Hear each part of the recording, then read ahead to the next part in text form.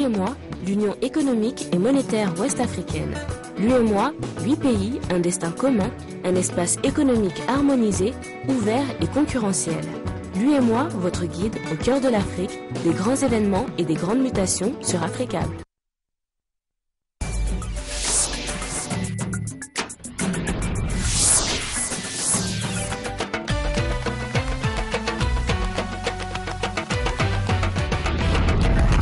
Merci de nous rejoindre sur Africable Télévision pour cette nouvelle édition du journal. Bon et bienvenue à tous, voici les titres de cette édition.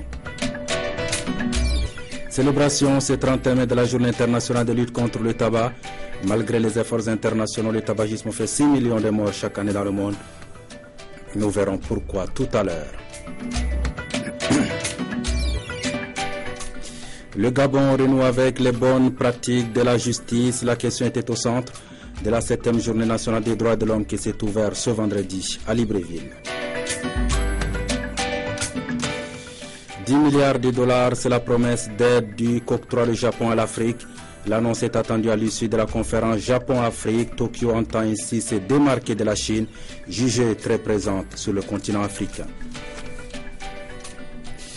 Voilà pour le sommaire. Ce 31 mai 2013, le monde a célébré donc la journée internationale de lutte contre le tabac. Concrètement, on veut s'acheminer vers un monde sans tabac, mais malgré les nombreuses campagnes de sensibilisation et les risques encourus, de nombreuses personnes trouvent toujours du plaisir à fumer. Pourquoi? Explication Mahmoud Kabadiakite, Pendambay et Sorikondo. Les fumeurs le savent, il est très difficile de sortir de l'addiction. Les bonnes résolutions ne tiennent pas longtemps. Cela dit, les compléments pour arrêter de fumer sont nombreux. Un accompagnement médical peut être nécessaire, mais une volonté et le soutien de l'entourage sont indispensables. Bon, on sait bien que c'est pas bon pour la santé, mais on fume. Bon, on fume, exactement, on n'a pas de choix de faire, de laisser de fumer. En effet, le tabac cause plus de dégâts, mais pourquoi les fumeurs continuent d'en consommer? La réponse est toute simple. Parce que pour eux, c'est un remède pour les problèmes quotidiens de la vie. Si tu as des problèmes, si tu as fumé là, ça peut passer les soucis un peu quoi. Pour les non-fumeurs, la cigarette étant la cause de plusieurs maladies comme cancer de poumon, la bronchite et autres.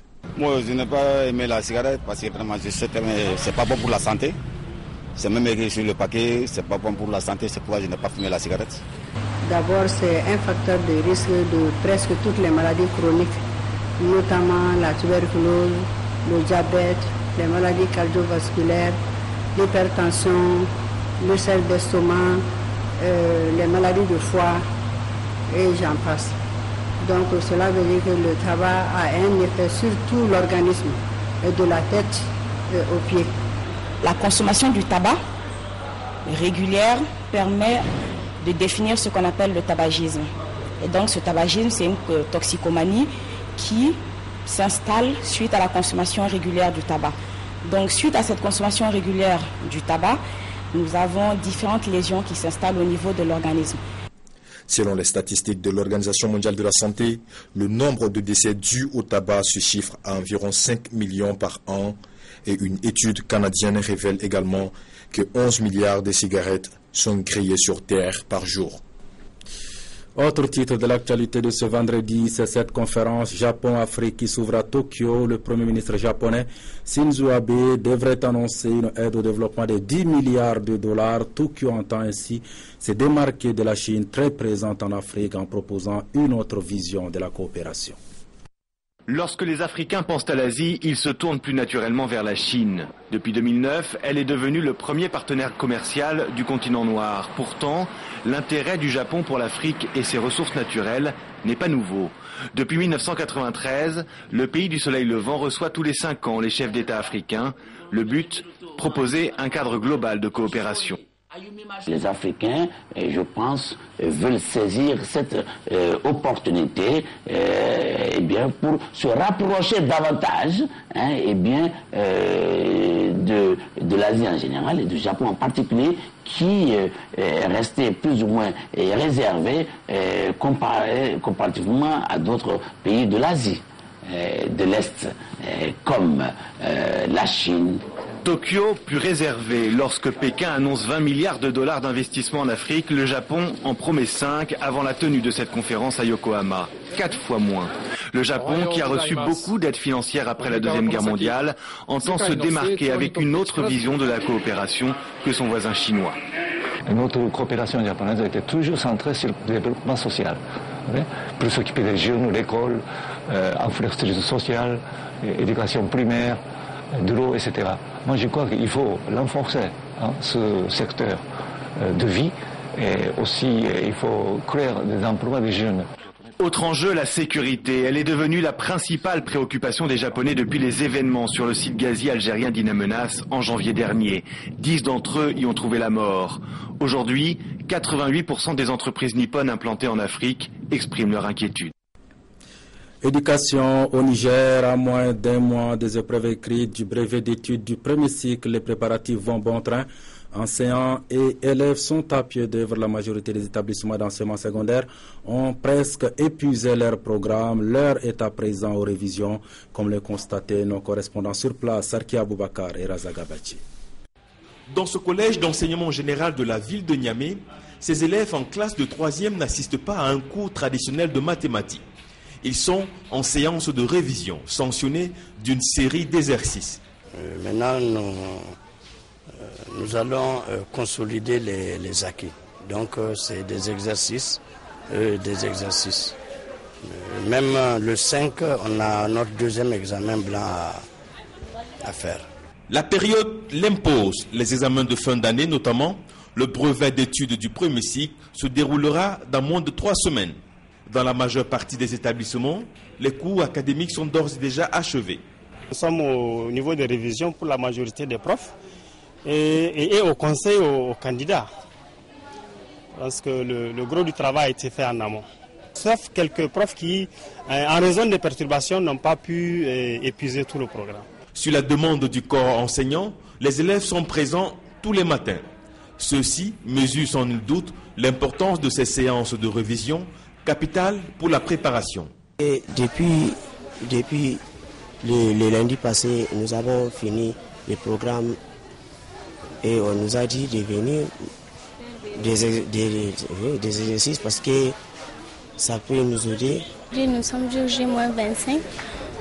On attend juste seulement l'examen. Sinon, on est prêt tout de suite. Cette période de révision coïncide également avec les épreuves sportives du brevet d'études du premier cycle. Éducation encore au Gabon, l'on s'achemine peut-être vers un dénouement de la crise qui touche le secteur de l'enseignement secondaire.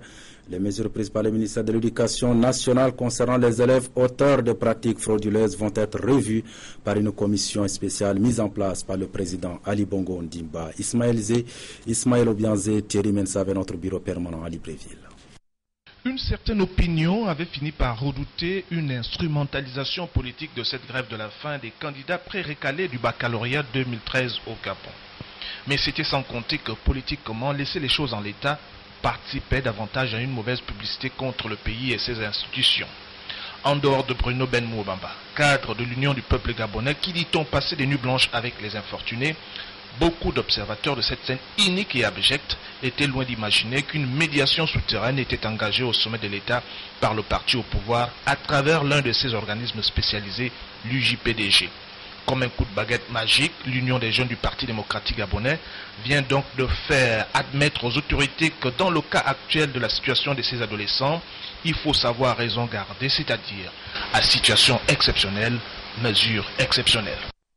En concertation donc avec le ministre de l'Éducation nationale, comme vous le savez, le président de la République a pris une décision rédemptrice et salvatrice qui a été celle de mettre en place une commission de réexamen des dossiers de ces élèves dont certains estiment ne pas être concernés par les cas de fraude qui ont été dénoncés dans la décision du ministre de l'Éducation nationale. La mesure prise par les pouvoirs publics pour donner une chance à ces enfants indique que ceux qui sont rétrogradés passeront le baccalauréat en classe de première et ceux qui sont exclus le sont hélas véritablement et ils ne reviendront à l'école qu'à la rentrée prochaine et en classe de première.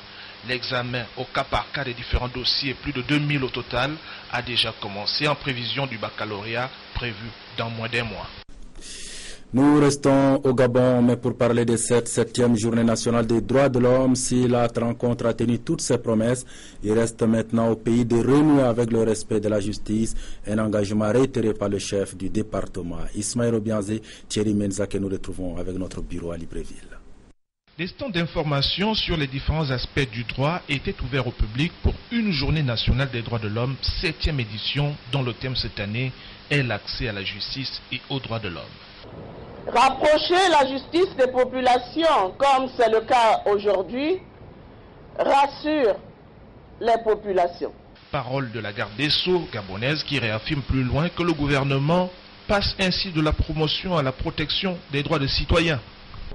La journée nationale des droits de l'homme qui nous réunit aujourd'hui constitue une autre opportunité pour le gouvernement de la République de jouer son rôle, un rôle de prévention, un rôle de protection des populations. En dépit des efforts entrepris par le pouvoir émergent depuis 3 ans avec l'organisation des sessions criminelles à travers le pays, le Gabon tente péniblement de se doter d'un dispositif judiciaire à visage humain. Conséquence de cette situation entraîne souvent des violations des libertés fondamentales. Le justiciable a de plus en plus mal à sa justice. Un des problèmes du continent en Afrique, c'est que les populations ne sont pas toujours au fait de leurs droits.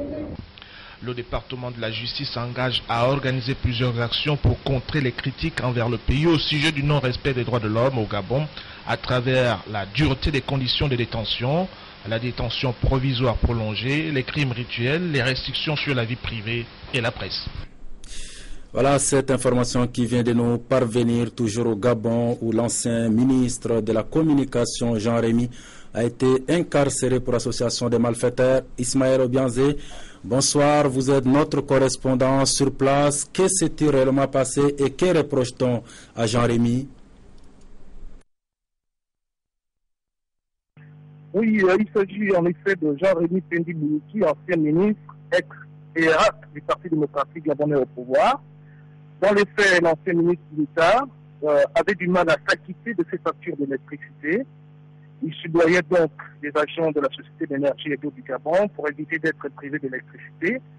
D'autres sources indiquent qu'avec l'aide de ces agents, il s'alimentait en électricité directement sur un poteau haute tension de la SCG, contournant ainsi le compteur. Le préjudice causé à la SCG s'élèverait, selon les mêmes sources, à 35 millions de francs CFA.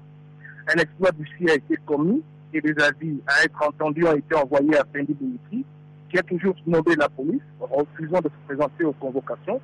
Finalement, arrêté, il a refusé de se faire entendre par la police, qu'il a donc présenté au procureur de la République, Sidonie Flore Owe. Après l'audition du prévenu, celle-ci aurait signé à 48 heures un mandat de dépôt qui a conduit à son incarcération à la prison centrale de Libreville. Ismaël, quels étaient les derniers rapports, de Jean Rémy avec le régime actuel à Libreville? Selon toute vraisemblance, il apparaît clair qu'il n'avait aucun problème particulier avec le nouveau régime de Bongo Fils jusqu'à ce que surviennent ses ennuis judiciaires le 12 avril dernier.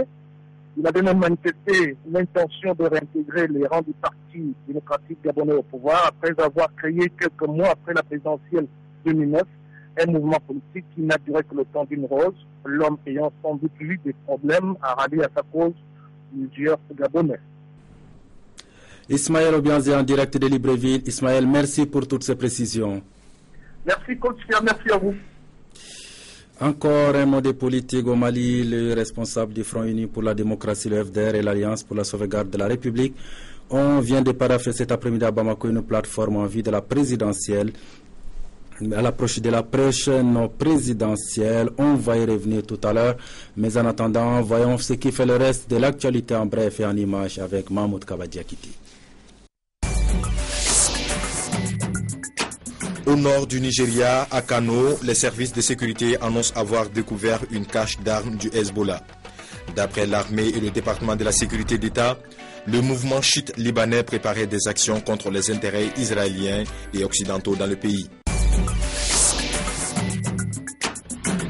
Les 3 femmes européennes qui ont manifesté seins nus à Tunis comparaîtront devant la justice tunisienne le 5 juin prochain pour outrage public à la pudeur et atteinte aux bonnes mœurs, des délits passibles de prison ferme. Condamnée une première fois jeudi, la jeune Amina Taylor devra elle aussi affronter un nouveau procès à la même date.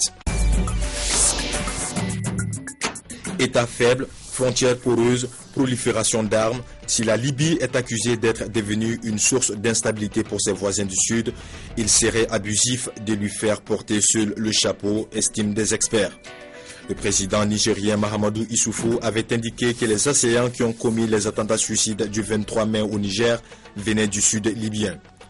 Le premier ministre libyen Ali Zeidan a démenti ces allégations sans fondement, répétant que son pays ne pourrait devenir en aucun cas une source de soucis ou de déstabilisation pour ses voisins du Sud, en proie eux-mêmes à l'instabilité depuis des années. Au moins 32 personnes ont été tuées dans une série d'attaques et attentats à la voiture piégée jeudi en Irak, où les violences ont fait plus de 600 morts depuis début mai. Alors que les derniers mois ont connu une recrudescence nette des violences sur fond de grave crise politique, l'ONU a appelé les dirigeants irakiens à se réunir au plus vite pour résoudre leurs divergences, mettant en garde contre une explosion de la situation. On en vient maintenant à cette plateforme politique et électorale paraphée cet après-midi à Bamako entre le Front Uni pour la démocratie et la République, le FDR et l'Alliance pour la sauvegarde de la République, ADR, et un document qui appelle les candidats de la coalition et le regroupement à l'humilité ainsi qu'au respect des résultats des urnes. Aminata Mariko Moussabari pour les détails. Les différentes stratégies se mettent en place pour la conquête du palais présidentiel de Koulouba le 28 juillet prochain. Les partis, associations et sociétés civiles anti-putsch regroupés au sein du FDR-ADR unissent leurs forces à travers une plateforme politique et électorale pour non seulement barrer la route aux autres prétendants, mais aussi sauvegarder l'intégrité territoriale et le retour définitif du Mali sur la liste des pays démocratiques et laïques. La cérémonie d'aujourd'hui est ensuite un message adressé à l'opinion nationale et internationale, qu'elle comprenne que notre ambition et notre combat sont et demeurent une république du Mali dotée d'institutions fortes et dirigée par des hommes compétents, responsables, capables de réaliser l'unité nationale dans le respect de notre diversité politique, culturelle et religieuse. Cette plateforme qui concerne le deuxième tour de l'élection présidentielle et les législatives donne la possibilité à chaque parti de présenter un candidat au premier tour, mais prévoit qu'en cas de second tour, entre un candidat issu du FDR et un autre, tous les autres partis membres du Front soutiennent le vainqueur signataire.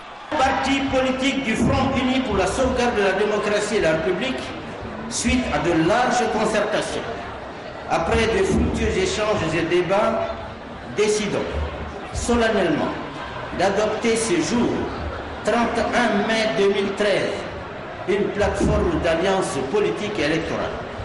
Affirmons solennellement notre ferme volonté de s'unir et de se rassembler pour participer à l'élection présidentielle, législative et communale à venir.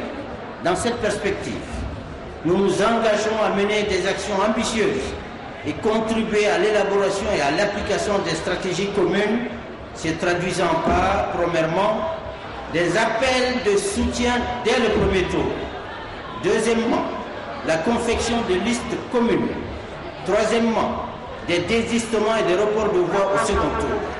Les documents ainsi paraphés exigent, entre autres, la libération des Kidal, condition préalable de leur participation aux élections, et demandent aux candidats de magnifier l'humilité ainsi que le respect du résultat des urnes.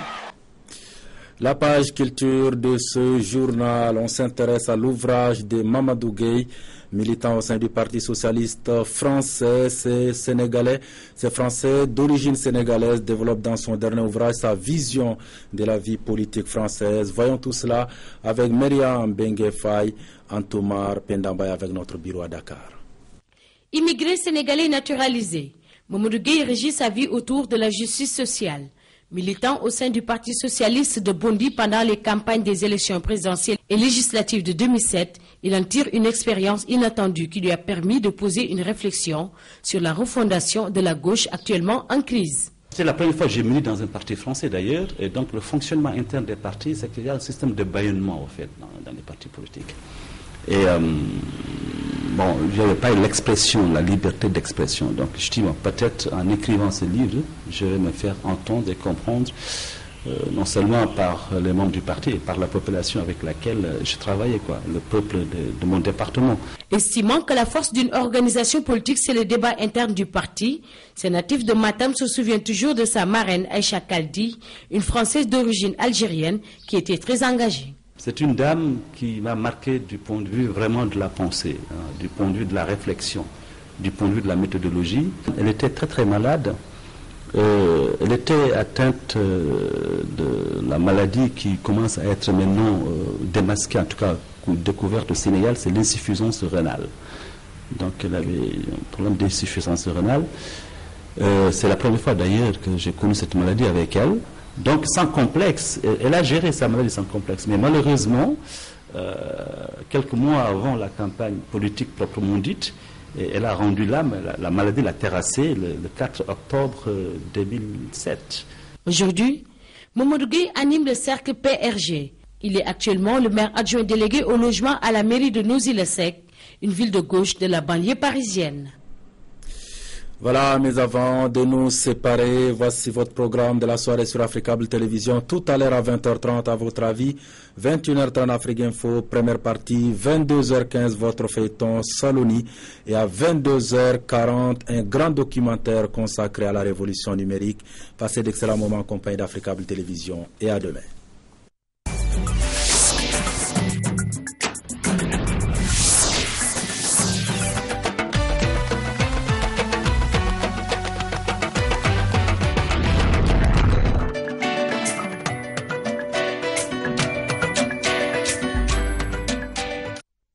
L'UEMOA, l'Union économique et monétaire ouest-africaine. L'UEMOA, 8 pays, un destin commun, un espace économique harmonisé, ouvert et concurrentiel. L'UEMOA, votre guide au cœur de l'Afrique, des grands événements et des grandes mutations sur Africable.